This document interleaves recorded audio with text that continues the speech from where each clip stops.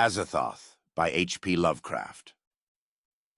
When age fell upon the world, and wonder went out of the minds of men, when gray cities reared to smoky skies tall towers grim and ugly, in whose shadow none might dream of the sun or of spring's flowering meads, when learning stripped earth of her mantle of beauty, and poets sang no more save of twisted phantoms seen with bleared and inward-looking eyes, when these things had come to pass, and childish hopes had gone away forever, there was a man who traveled out of life on a quest into the spaces whither the world's dreams had fled.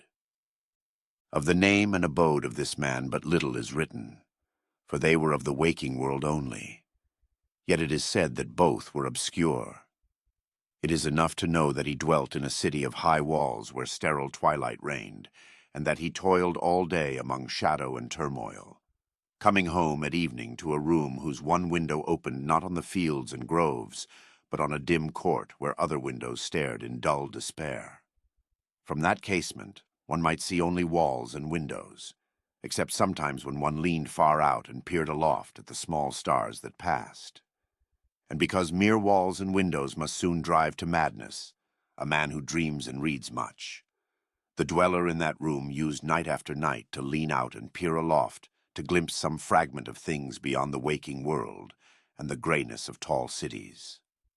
After years he began to call the slow-sailing stars by name, and to follow them in fancy when they glided regretfully out of sight, till at length his vision opened to many secret vistas whose existence no common eye suspects. And one night a mighty gulf was bridged, and the dream-haunted skies swelled down to the lonely watcher's window, to merge with the close air of his room and make him a part of their fabulous wonder. There came to that room wild streams of violet midnight glittering with dust of gold, vortices of dust and fire swirling out of the ultimate spaces and heavy with perfumes from beyond the worlds.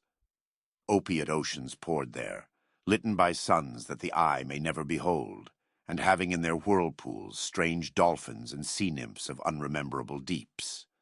Noiseless infinity eddied around the dreamer, and wafted him away without even touching the body that leaned stiffly from the lonely window. And for days not counted in men's calendars, the tides of far spheres bear him gently to join the dreams for which he longed, the dreams that men have lost. And in the course of many cycles they tenderly left him sleeping on a green sunrise shore, a green shore fragrant with lotus blossoms and starred by red camelots.